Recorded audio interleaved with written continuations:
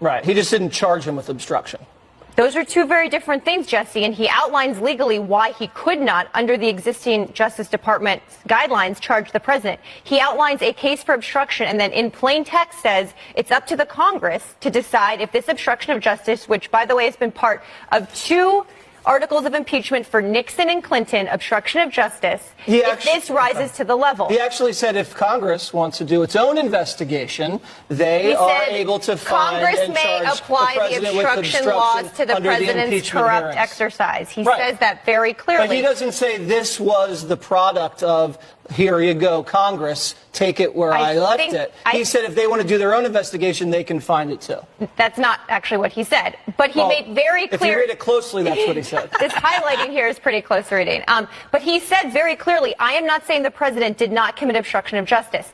He also does not say there's no collusion. He says there's no conspiracy or coordination that rose to the level of criminal standards. So he is not, and then he outlines very clearly multiple contacts between the Trump administration and Russians. Yeah, but is that illegal? My final point on that, to answer Dan's question, I think we should have higher standards for our president than whether things are illegal. I read this and thought it may not be illegal. I find it abhorrent. I find it unethical. I think it's nothing that any other Democratic or Republican Should he have fewer rights than you? Should he have fewer rights than you? I don't think that any other presidential campaign, Democratic or Republican, would ever engage in this kind of behavior. And I don't want my president to do it either.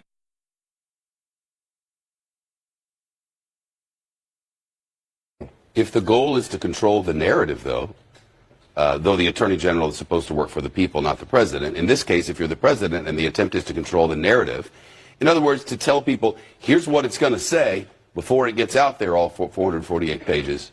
If I'm the President, I'm real happy with what William Barr did this morning. Yeah, but you know, but if I'm one seeking the truth about what's in this report, in many cases, we were deceived. Yeah, well, there were a lot of statements there that were clearly cheerleading for the president, and I think that wasn't good for anybody, including specifically, the president. He said that the president fully cooperated. Right.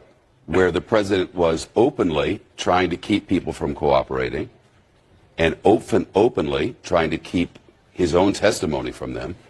That is not full cooperation by anyone's definition. Yeah, that was surprising, especially given the number of instances that they talked about with respect to the obstruction charge of the things that were being done after the firing of Comey, up to and including trying to get Don McGahn to fire the special counsel, which he refused to do, and all of the witnesses that he was trying to, when he was supporting Manafort, when he was supporting, Cohen at the time, trying to dangle out things there in public view in order to embolden them, including pardons.